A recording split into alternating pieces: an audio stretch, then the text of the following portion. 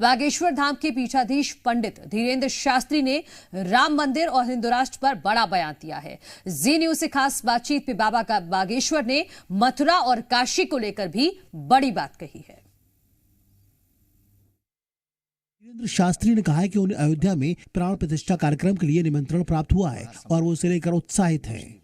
हमको आमंत्रण प्राप्त हुआ, 22 जनवरी के पूर्व में ही हम पहुंचेंगे और कौन ऐसा होगा जो इस दृश्य को अपनी नंगी आंखों से ना देखना चाहे। बाबा ने कहा कि काशी की ज्ञानवापी और मथुरा अभी बाकी है और ये विवाद का नहीं, संवाद का विषय है।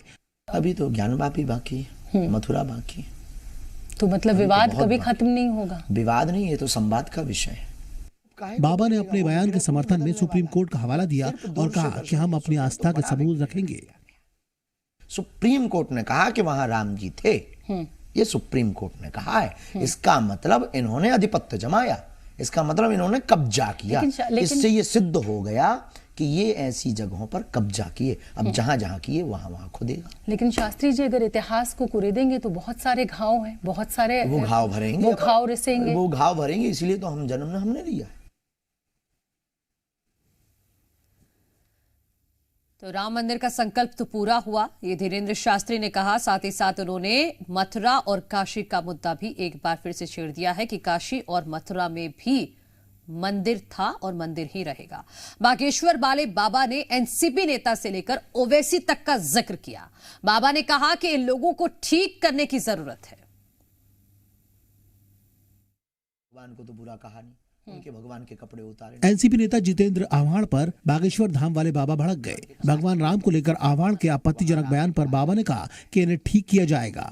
इन्हीं दोगलों को ठिकाने लगाना, इसीलिए हिंदू राष्ट्र चाहिए। लेकिन हर एक की अपने प्रभु राम की अलग छवि है, वो अपने अपने हिसाब से उसको आजादी है। पर ऐसी छवि नहीं है जैसी वो बता रहे हैं।